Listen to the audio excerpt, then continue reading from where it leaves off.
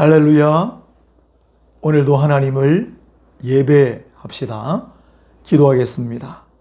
하나님, 오늘도 우리를 예배의 자리로 인도해 주셔서 감사합니다. 우리의 마음과 모든 것을 다하여 예배드리게 하시고 하나님 영광 받으시길 소원합니다. 예배드리는 우리에게도 사랑과 은혜를 더하소서. 예수님의 이름으로 기도합니다. 아멘.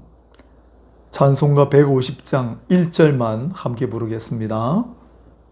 찬송가 150장 1절입니다. 갈보리 산 위에 십자가 섰으니 주가 고난을 당한 표라. 험한 십자가를 내가 사랑함은 주가 보혈을 흘림이라.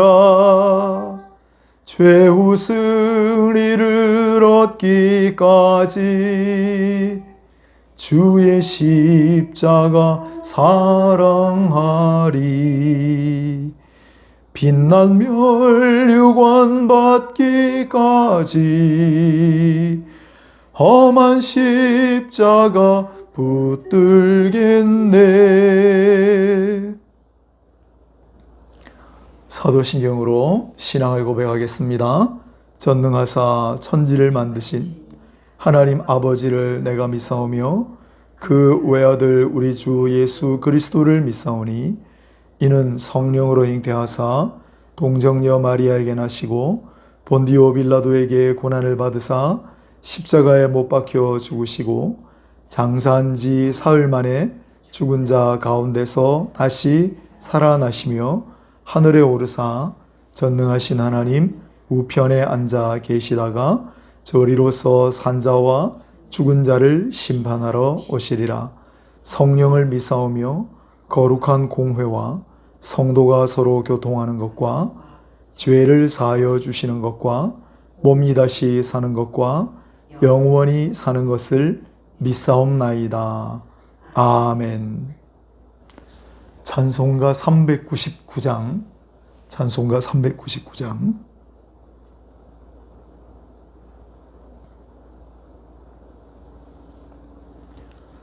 어린 양들아 두려워 말아라. 주님 우리와 함께 하신다. 하늘과 땅의 모든 권세로 그 양떼들을 항상 지키신다. 오직 믿음으로 두려움 없으리. 오직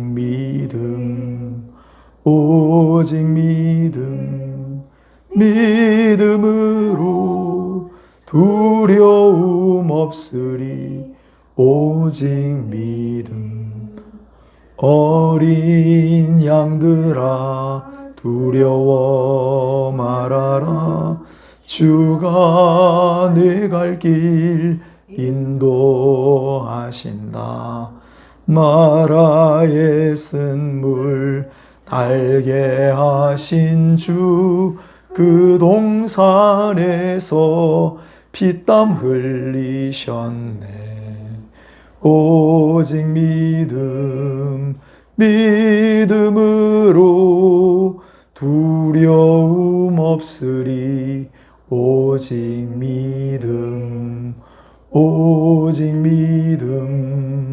믿음으로 두려움 없으리.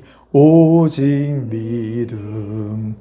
어린 양들아 두려워 말아라. 주님 언제나 함께 하신다. 고난과 역경 환난 중에도 능력의 주님 너를 지키신다. 오직 믿음으로 두려움 없으리. 오직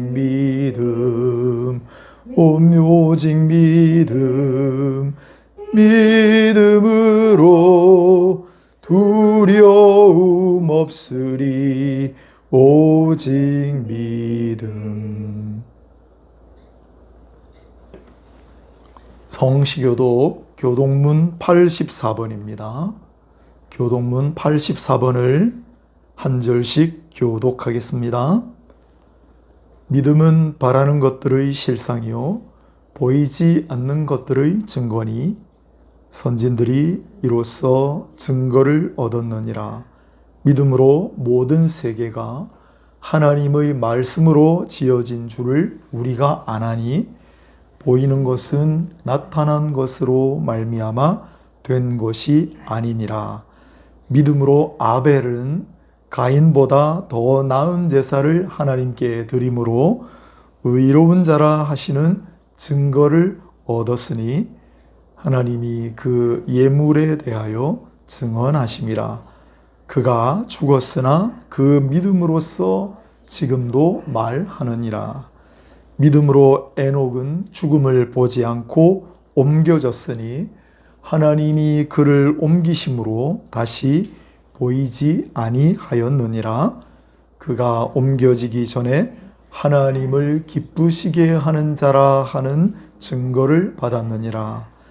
믿음이 없이는 하나님을 기쁘시게 하지 못하나니 하나님께 나아가는 자는 반드시 그가 계신 것과 또한 그가 자기를 찾는 자들에게 상 주시는 이심을 믿어야 할지니라. 아멘. 이 시간 예배를 위해 특별히 말씀을 위해 함께 기도하는 마음으로 찬송가 635장을 기도하듯이 부르도록 하겠습니다. 하늘에 계신 아버지 이름 거룩하사 주님 나라 임하시고 뜻이 이루어지이다.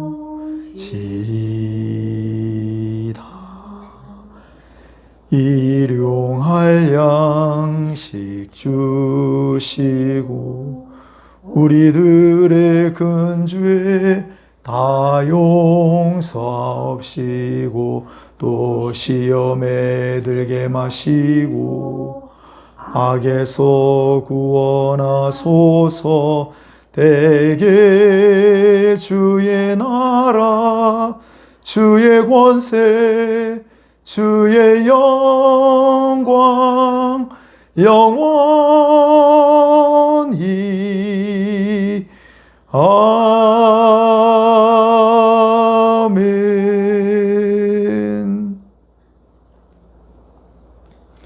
하나님의 말씀, 오늘은 신약성경 누가복음 12장 13절로 15절까지입니다.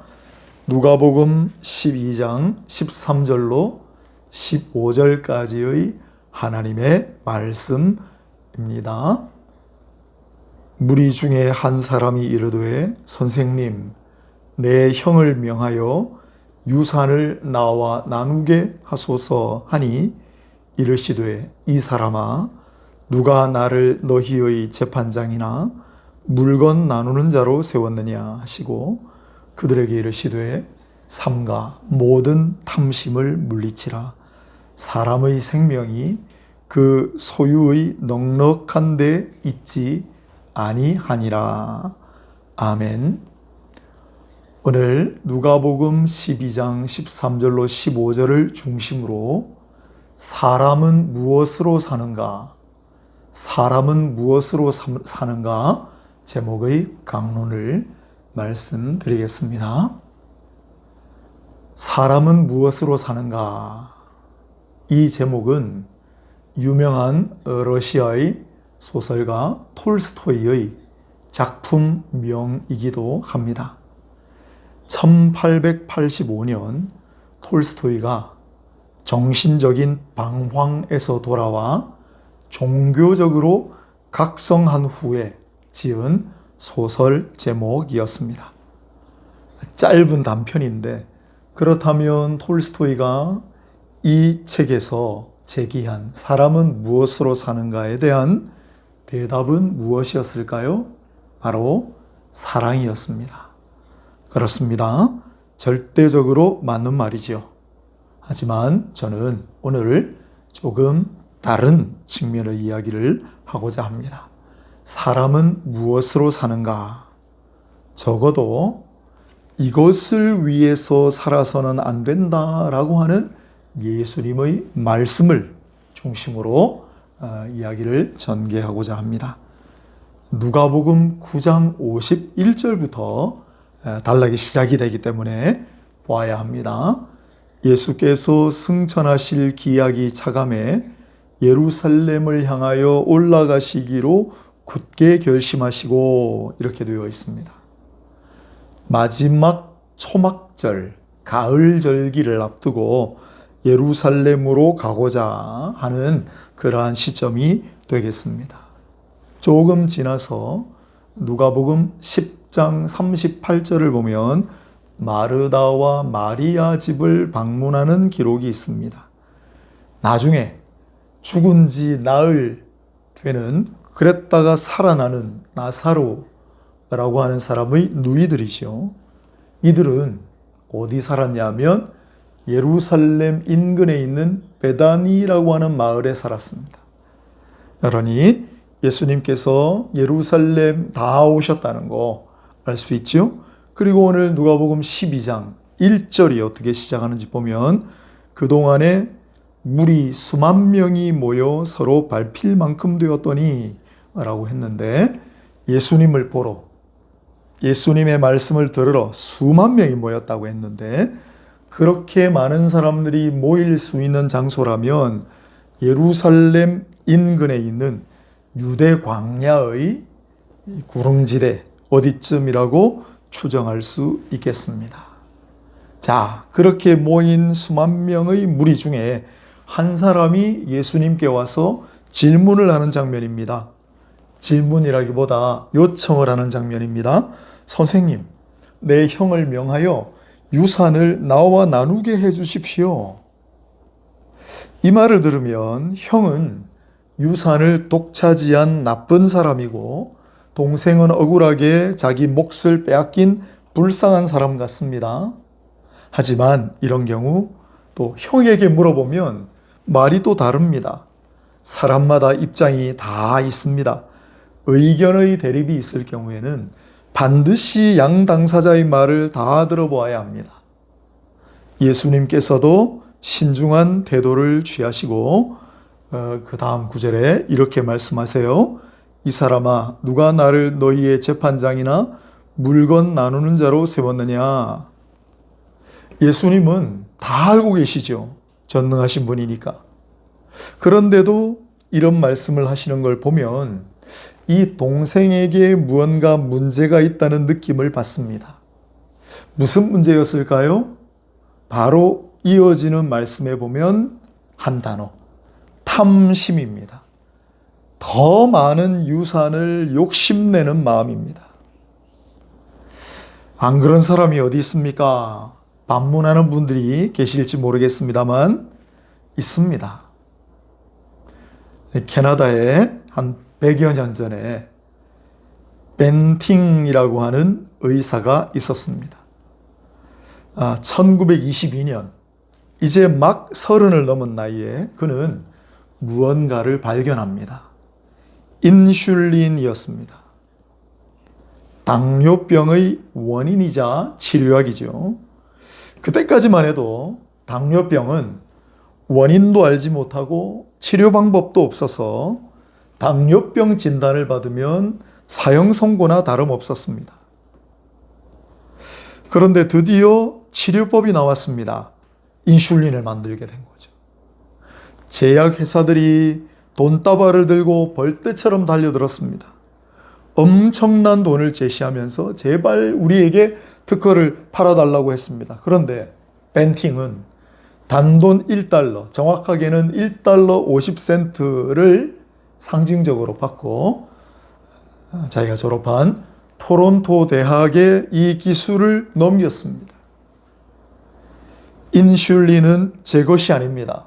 세상 모든 당뇨병 환자의 것입니다. 라는 말을 남긴 채로 그 다음 해에 최연소로 노벨상 수상자가 되었습니다마는 노벨상 그 상금마저도 연구를 위해 다 기부했습니다.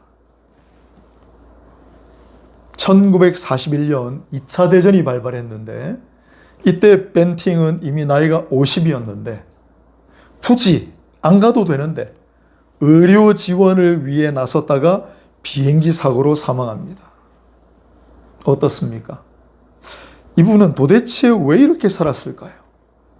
적어도 돈 때문에 살지는 않았다는 사실은 분명해 보이지 않습니까? 참고로 토론토 대학은 우리나라 원산대부흥, 평양대부흥의 시발점이 되었던 로버트 하디 선교사님이 졸업한 대학이고 우리나라 세브란스 병원, 연세대학의 세브란스 병원을 세운 에비슨 의료 선교사가 졸업한 대학이기도 합니다.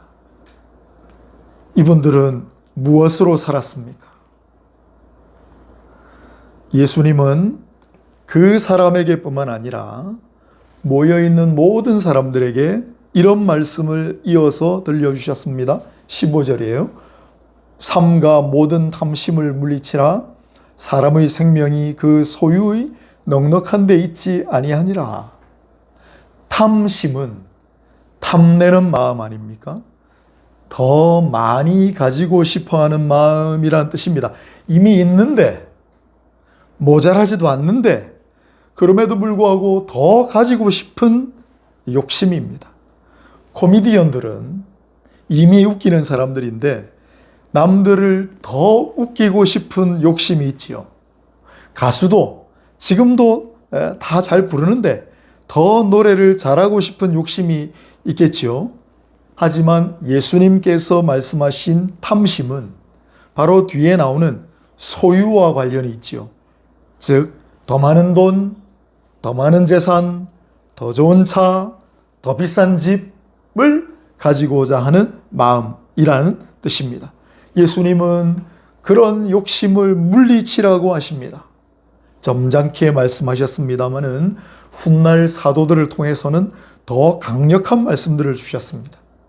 골로새서 3장 5절에 보면 그러므로 땅에 있는 지체를 죽이라. 곧 음란과 부정과 사욕과 악한 정욕과 탐심이니 탐심은 우상숭배니라.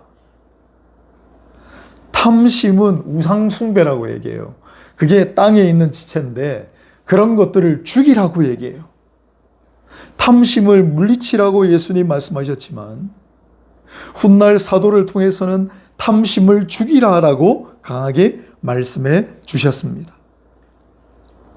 디모데전서 6장 9절로 10절을 보면 부하려 하는 자들은, 더 부자가 되려고 하는 자들은 시험과 올무와 여러 가지 어리석고 해로운 욕심에 떨어지나니 곧 사람으로 파멸과 멸망에 빠지게 하는 것이라. 돈을 사랑함이 일만악의 뿌리가 되나니 이것을 탐하는 자들은 미혹을 받아 믿음에서 떠나 많은 근심으로 자기를 찔렀도다. 아멘. 어떻습니까? 더 가지고 싶은 욕심, 더 갖고자 하는 마음, 여기서는 해로운 욕심이라고 부르고 결국은 어떤 사람을 행복하게 해주는 것이 아니라 오히려 파멸과 멸망에 빠지게 한다고 경고하고 있지 않습니까? 더 많이 가지면 가질수록, 더 많이 갖고자 하면 할수록 만족은커녕 근심만 더 쌓이고 믿음에서는 아주 떨어져 버리게 된다고 경고하고 있잖아요. 본문 더 뒤에 가면 누가복음 18장에 부자 청년이 나옵니다. 그렇죠? 영생을 얻고자 하여 예수님을 찾아왔습니다. 예수님께서 그에게 이렇게 말씀하세요. 너에게 아직도 부족한 것이 있으니 너에게 있는 모든 것을 다 팔아 가난한 자들에게 나눠주라. 그리고 와서 나를 따르라. 그가 어떻게 했나요? 23절 누가복음 18장 이렇게 되어 있습니다. 그 사람이 큰 부자이므로 이 말씀을 듣고 심히 근심하더라. 마가복음에는 똑같은 장면에 슬픈 기색을 띠고 근심하며 가니라. 슬퍼하면서 갔어요. 그렇게 하질 못했어요. 만족은커녕 근심과 슬픔만 찾아왔네요. 이 사람뿐이겠어요? 우리들 대부분도 다 마찬가지 아니에요? 그렇다면 인생에서 정말 소중한 것은 무엇입니까? 예수님 말씀이에요. 사람의 생명이 그 소유의 넉넉한 데 있지 아니하니라. 소유의 넉넉함, 많은 재물이 우리의 진짜 생명이 거하는 곳이 아니라는 사실은 예수님 말씀으로 분명합니다. 이어서 오늘 본문에 이어서 예수님은 이야기 하나를 더해 주셨습니다. 한 어리석은 부자의 비유예요. 그는 이미 곡식이 많이 있는데도 더 많이 가지려고, 여봐라, 곳간을 더 크게 지어라, 더 많은 재물을 쌓아두려고 했어요.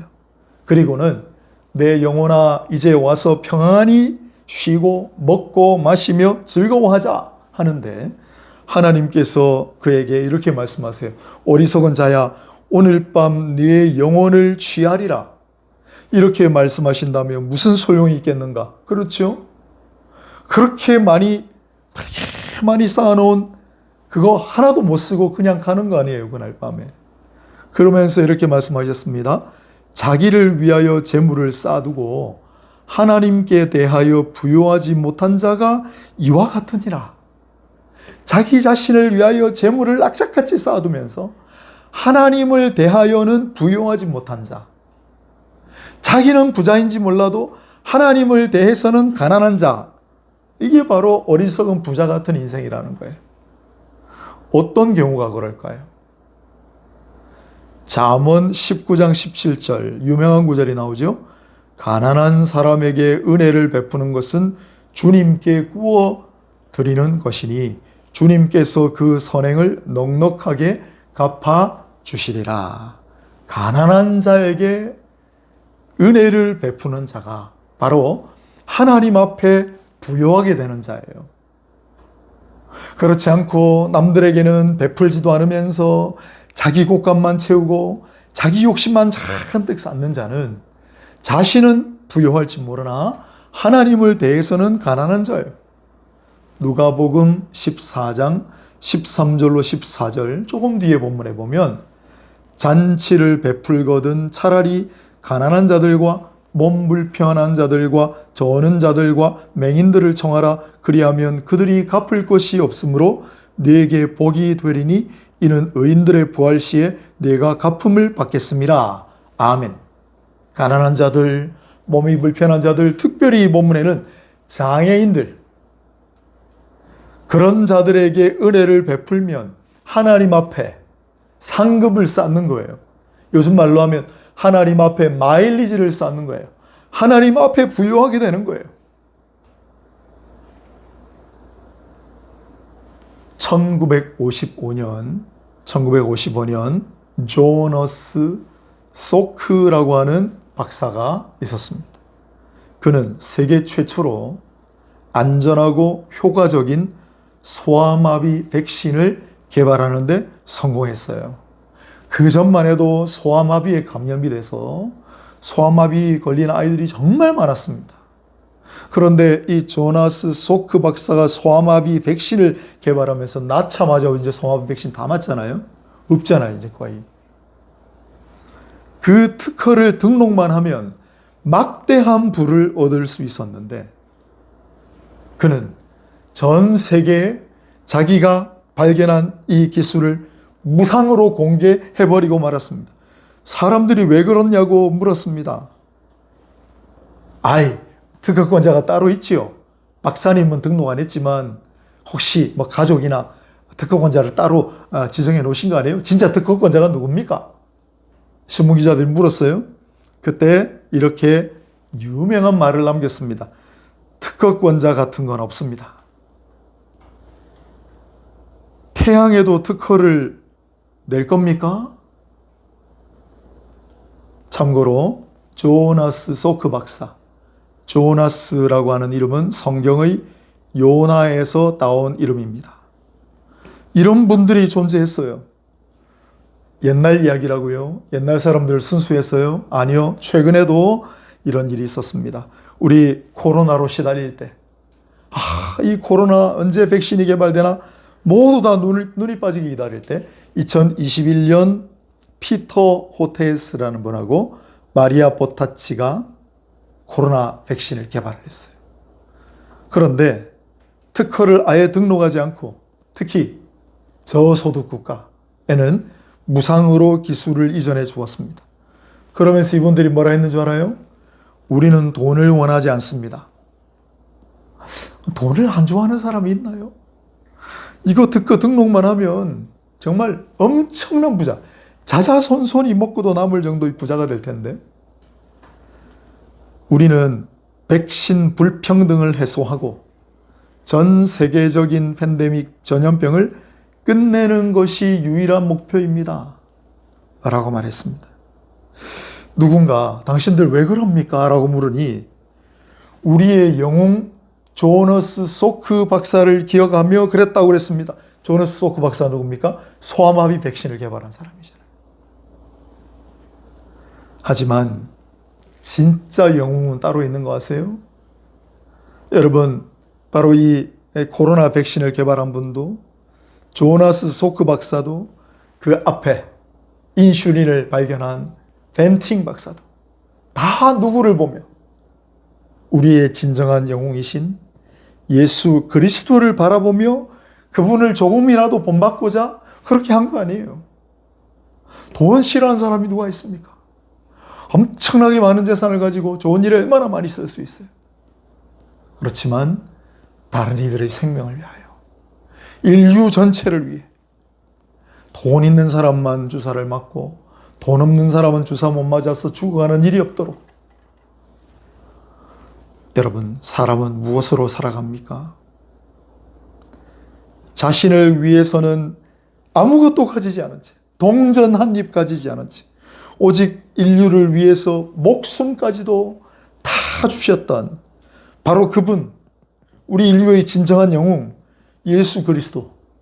그리스도라면, 그리스도인이라면 바로 그 그리스도를 바라보며 그분의 모습을 조금이라도 본받고자 살아가야 하지 않겠습니까? 사람은 무엇으로 삽니까?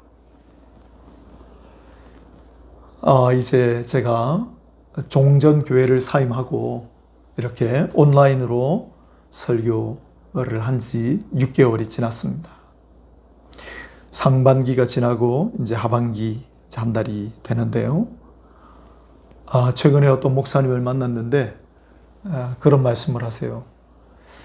부근에 비슷한 규모의 교회에 5년 사역하시다가 10년, 15년 사역하시다가 사임한 목사님들이 적어도 수억씩을 다 받아 나오셨는데 저보고 왜 그랬냐요. 저도 그분들 이해는 합니다. 왜? 개척을 하시려면 돈이 필요하고 집이라도 얻으셔야 되지 않겠습니까? 하지만 교회에서 그렇게 마련해 주지 않는다면 그걸 막 요구하고 할 권리는 없죠. 그래서 저는 퇴직금에 월세 지원하는 거 5천만 원 교회에서 주시기에 감사하는 마음으로 그것만 받아 나왔습니다. 전세 한 칸 마련할 돈은 없었지만 무엇보다도 가족들에게 정말 미안한 마음이 컸지만 그래도 생각했습니다. 우리는 무엇으로 사는가? 나는 무엇으로 사는가? 적어도 돈은 아닐 것이다. 어쩌면 제 믿음의 일생일대의 큰 시험대였을지 모르겠어요. 내 생명은 돈의 많고 적음에 달려있지 않다. 나는 무엇으로 사는가? 굳이 표현한다면 오직 믿음으로 살아가지 않는가? 오직 은혜로 살아가는 것 아니겠는가? 오직 하나님의 사랑으로 사는 거 아니겠는가? 그래서 주저없이 두근대는 마음은 있었지만 빈손으로 나올 수 있었습니다. 마지막으로 여러분들에게도 물어보겠습니다. 여러분은 무엇으로 사십니까? 사람은 무엇으로 삽니까? 오늘 그 질문에 대한 답을 찾아보시기를 바라면서 성경대로 대답을 한다면 오직 믿음으로, 오직 은혜로, 오직 우리 주 하나님의 사랑으로 살아가시는 모든 인생들이 다 되시기를 주님의 이름으로 축복하고 그리고 축원해 드립니다. 기도하겠습니다. 하나님, 우리가 하나님을 사모하고 의지합니다. 주 하나님께서 우리에게 베풀어 주시는 사랑과 은혜로 그것을 믿음으로 살아가는 우리 모두가 되게 하여 주옵소서.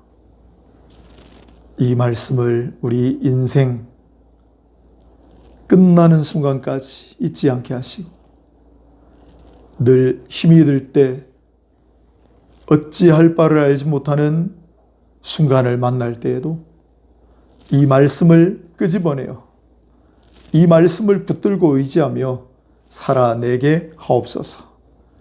우리 구주 예수 그리스도 이름으로 기도합니다. 아멘. 찬송가 304장 함께 부르겠습니다. 그 크신 하나님의 사랑. 찬송가 304장입니다. 그 크신 하나님의 사랑 말로 다 형용 못하니 저 높고 높은 별을 넘어 이 낮고 낮은 땅 위에 죄범한 영혼 구하려 그 아들 보내사 화목제물 삼으시고 죄 용서하셨네. 하나님 크신 사랑을 증량 다 못하네. 영원히 변치 않는 사랑 성도여 찬양하세. 괴로운 시절 지나가고 땅 위에 영화 쇠할 때 주 믿지 않던 영혼들은 큰 소리 외쳐 울어도 주 믿는 성도들에게 큰 사랑 베푸사 우리의 죄 사했으니 그 은혜 잊을까. 하나님 크신 사랑을 증량 다 못하네. 영원히 변치 않는 사랑 성도여 찬양하세. 하늘을 두루마리 삼고 바다를 먹물 삼아도 한없는 하나님의 사랑 다 기록할 수 없겠네. 하나님의 크신 사랑 그 어찌 다 쓸까. 저 하늘 높이 쌓아도 채우지 못하리. 하나님 크신 사랑은 증량 다 못하네. 영원히 변치 않는 사랑 성도여 찬양하세.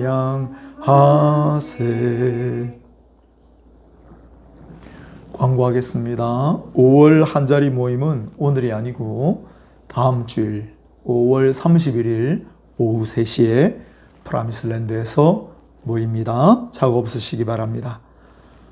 부산 CBS 102.1kHz 부산 CBS에서 감사하게 우리 주일 예배에 설교를 보내주셔서요.